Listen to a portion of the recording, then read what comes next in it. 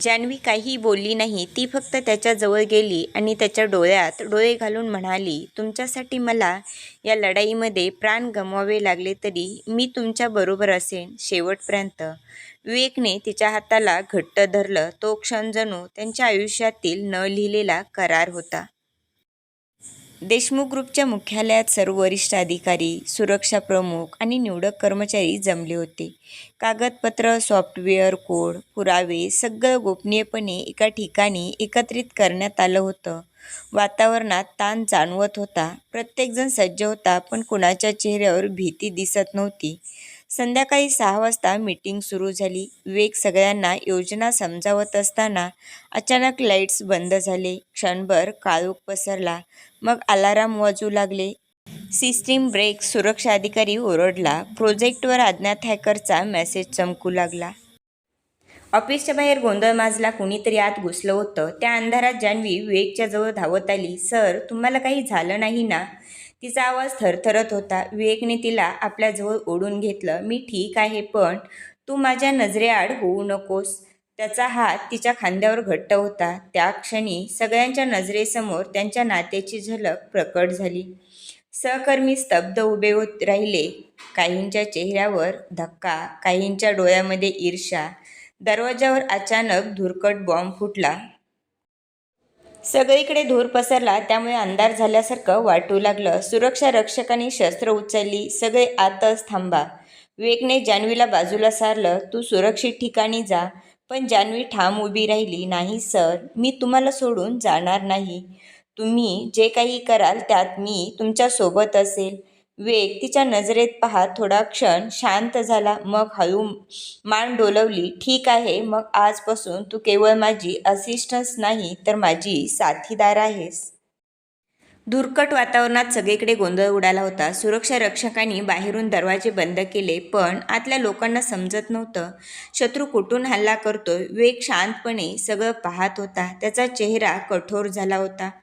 हे आतल्या व्यक्तीशिवाय शक्य नाही. त्याने दात ओठ चावत म्हटलं. जान्हवी त्याच्याजवळ उभी राहिली. तिच्या डोळ्यात संशयाची छटा होती.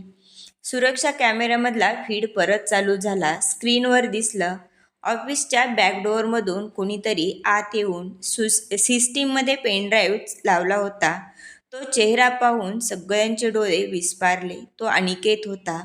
विवेकचा विश्वासू समजला जाणारा व्यक्ती. ज्याने त्याला सावध केलं होतं, तोच हल्लेखोरांना माहिती पुरवत होता. हे अशक्य आहे, कुणीतरी पुटपुटलं. पण विवेकचा चेहरा भावनाविरहित झाला.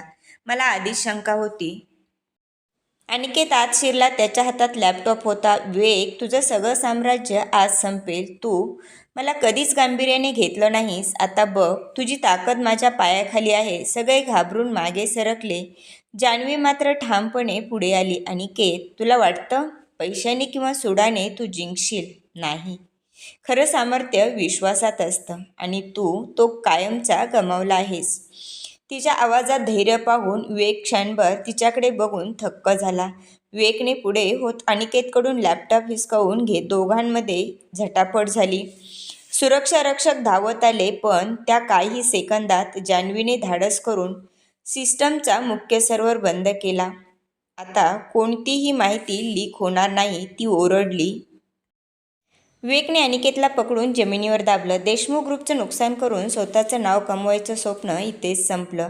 अनिकेतला सुरक्षा रक्षकांनी ताब्यात घेतलं. गोंधळ शमल्यावर ऑफिसमध्ये शांतता पसरली. सगळ्यांचे डोळे विवेक जान्हवीकडे वळले. विवेक तिच्याकडे पाहत हलक्या आवाजात म्हणाला, आज जर तू नसतीस तर सगळं संपलं असतं. जान्हवीच्या डोळ्यात अश्रू दाटले. मी फक्त माझं कर्तव्य केलं, पण खरं सांगायचं तर मला तुमची भीती वाटली होती. विवेकने तिचा हात हातात घेतला. आता तुला भीती कधीच वाटणार नाही, कारण आता तू एकटी नाहीस. त्या क्षणी त्याच्या नजरेतलं प्रेम सर्वांना जाणवलं. जणू संकटानेच त्यांच्या नात्याला शिक्कामोर्तब केलं होतं. अनिकेतला पोलीस घेऊन गेले. गोंधळ निवळला. ऑफिसमधल्या लोकांनी एकमेकाकडे पाहिलं. काहींच्या चेहऱ्यावर अजून धक्का, तर काहींच्या डोळ्यात एक वेगळी चमक. जे कर्मचारी आधी जान्हवीकडे मत्सरने पाहत होते, त्यांना आता तिचं धैर्य डोळ्यासमोर उभं राहिलं होतं. ती फक्त एक पर्सनल असिस्टंट नव्हती, तर विवेकसोबत उभी राहून संकट थोपवणारी खरी सहकारी होती.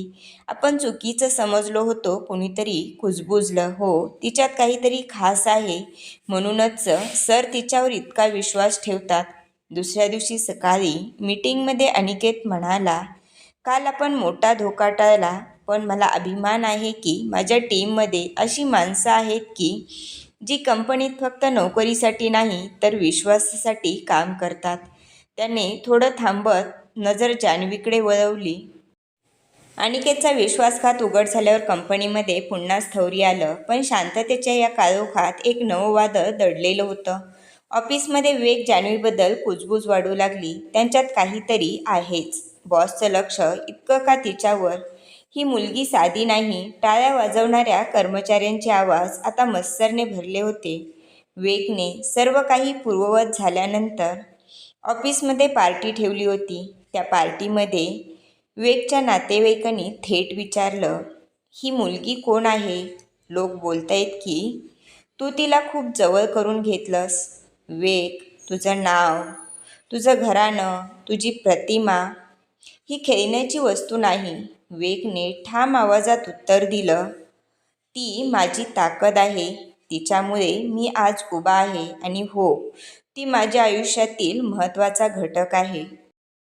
जान्हवीच्या डोळ्यात वेदना होत्या, पण तिचं मत ठाम होतं. लोक काहीही बोलोत, पण माझं मन सांगतं की हा निर्णय योग्य आहे.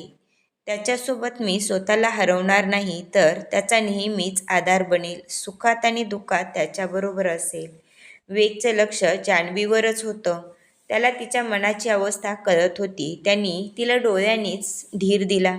पार्टी संपल्यानंतर संध्याकाळी परतत असताना जान्हवी गाडीमध्ये शांत होती. विवेकने तिच्यावर एक नजर टाकली आणि खोल श्वास घेऊन बोलला, जान्हवी, लोकांचं बोलणं मनावर घेऊ नकोस.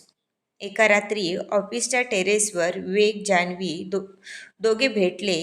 खाली मुंबईची झगमगती लाईट्स, वर काळोखात चमकणारे तारे. जान्हवी थोडी शांत बसली होती. आपलं प्रेम लोकांच्या नजरेतून सुटू शकत नाही. विवेक म्हणाला, प्रत्येक दिवस आपली कसोटी घेणार आहे. विवेकने तिच्या खांद्यावर हात ठेवून कुजबुजला, मी तुझ्यासोबत आहे जान्हवी. समाज, कुटुंब, जबाबदाऱ्या सगळ्यांच्या विरोधातही आपण दोघं मिळून प्रत्येक कसोटी पार करू. त्याच्या आवाजातला निर्धार ऐकून जान्हवीच्या चेहऱ्यावर पुन्हा एकदा आश्वासक हास्य उमटलं. ऑफिसमध्ये विवेक जान्हवीबद्दलच्या अफवा आता शिगेला पोहोचल्या होत्या.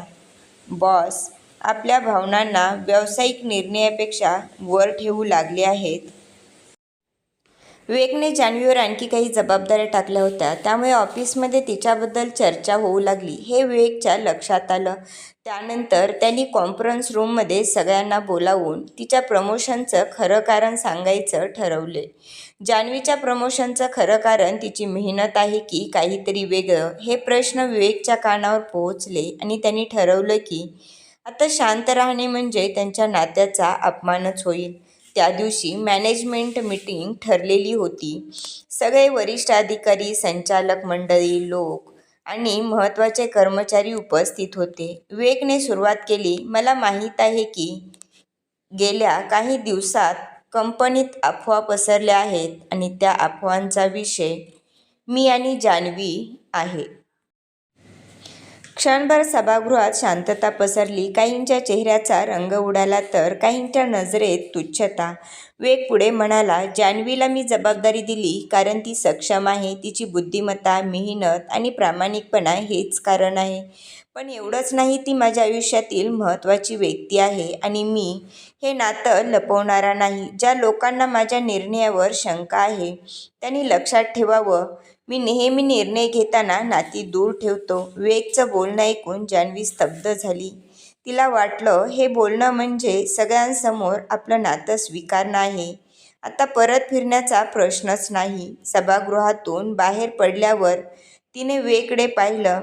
तुला माहीत आहे का, यानंतर किती विरोधक उभे राहतील? कितीही विरोध हो, मला काही फरक पडत नाही. लोक विरोध करायला असतात, पण मला माझ्या प्रेमावर विश्वास आहे. जान्हवीच्या डोळ्यात अश्रू दाटले. एवढा विश्वास आहे माझ्यावर तुम्हाला? जान्हवी म्हणाली, होय, स्वतःपेक्षाही जास्त जान्हवीच्या चेहऱ्यावर समाधानाचं हसू उमटलं. आपल्या एका धाडसी निर्णयाचं हे फळ आहे असं तिच्या मनात येऊन गेलं. आपल्या निर्णयामुळे आज सर्वजण समाधानी आहेत हे पाहून तिलाही समाधान वाटलं. संध्याकाळी ऑफिस रिकामं झाल्यावर विवेकने जान्हवीला आपल्या केबिनमध्ये बोलावलं. तो शांतपणे तिच्याकडे बघत म्हणाला, तुझ्याशिवाय मी कालचं युद्ध हरलो असतो, पण फक्त कंपनीचं रक्षण नाही झालं तर माझ्या वडिलांचा वारसा तू जतन करून ठेवलास. जान्हवी स्तब्ध उभी राहिली. सर, तिच्या ओठातून शब्द फुटत नव्हते. विवेक पुढे आला. तिचा हात हातात घेत म्हणाला, तुझ्याबद्दल जे वाटतं ते आता लपवू शकत नाही. मला तुझ्यावर प्रेम आहे. जान्हवी, न कळत का होईना पण तू माझ्या आयुष्याचा भाग झाली आहेस. जान्हवीच्या गालावर अश्रू घसरले. ती कुजबुजली, मीही. पण मला वाटलं हे सांगणं चुकीचं ठरेल. त्या क्षणी दोघांच्या नजरेत एकच प्रश्न आणि एकच उत्तर होतं. त्यांचं नातं आता फक्त भावना नव्हतं तर आयुष्याचा निर्णय होतं. धन्यवाद. जर व्हिडिओ आवडला तर व्हिडिओला लाईक करा, सबस्क्राईब करा आणि बाजूचे बेल आयकॉन प्रेस करा म्हणजे नवीन व्हिडिओ आला की नोटिफिकेशन मिळेल.